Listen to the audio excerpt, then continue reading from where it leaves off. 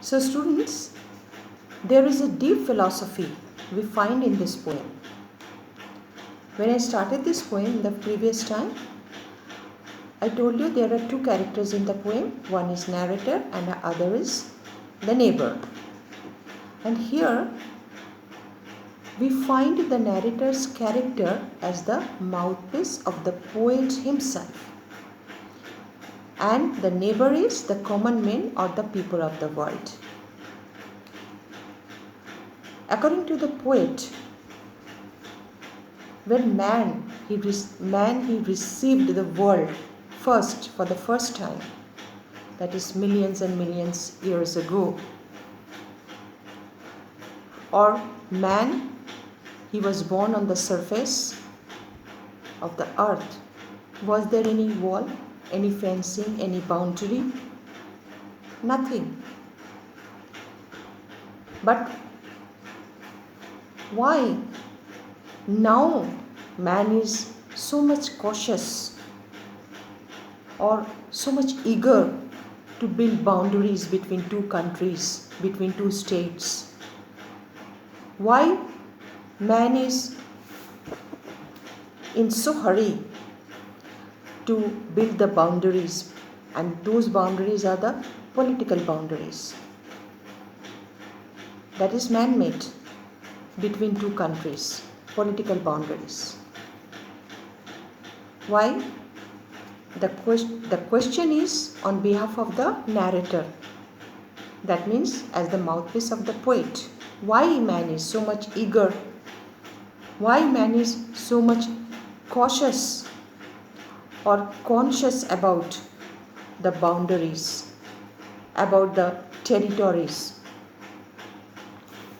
Why this question on behalf of the narrator? And the answer is the neighbor, the common man.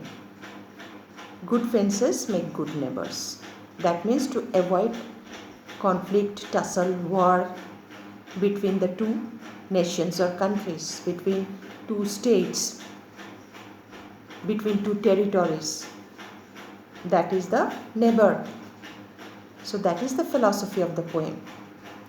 Through this poem, the poet wants to convey this message, that all these boundaries in between nations, in between countries, those are man-made. We have built those barriers with barbed wire between two countries. Why?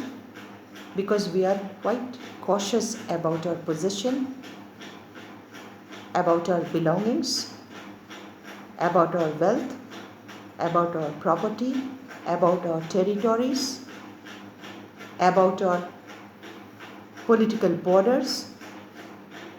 If we say that about our property, about our belongings, about our possession, that is individual, that is our personal. Between two houses, one wall. It is quite common factor. You see everywhere, between two houses, one boundary.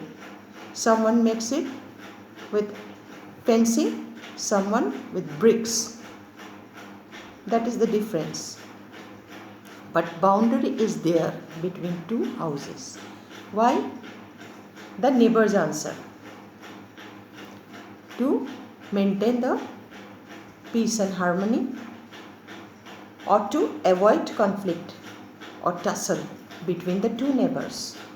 But the poet says that he wants to eradicate the boundary. He wants to abolish the boundary. He wants peace, harmony, love, unity, without building or without any boundary. He doesn't want any boundary. He wants to say that without building any boundary or without any construction or fencing,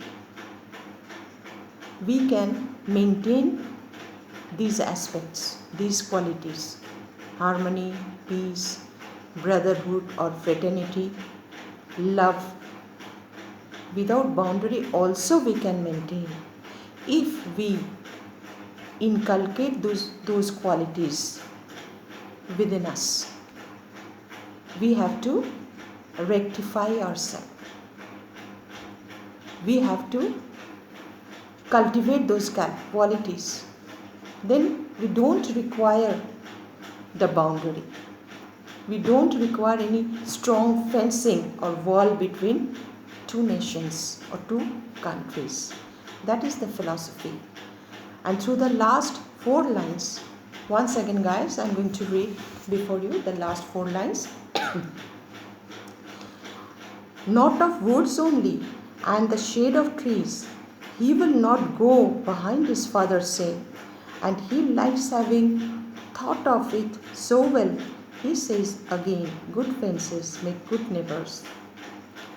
The narrator, he is not wanting to listen to anybody. Neither he wants to take anybody's suggestion or advice. Only he is following the instruction or advice of his father, saying that good fences make good neighbors.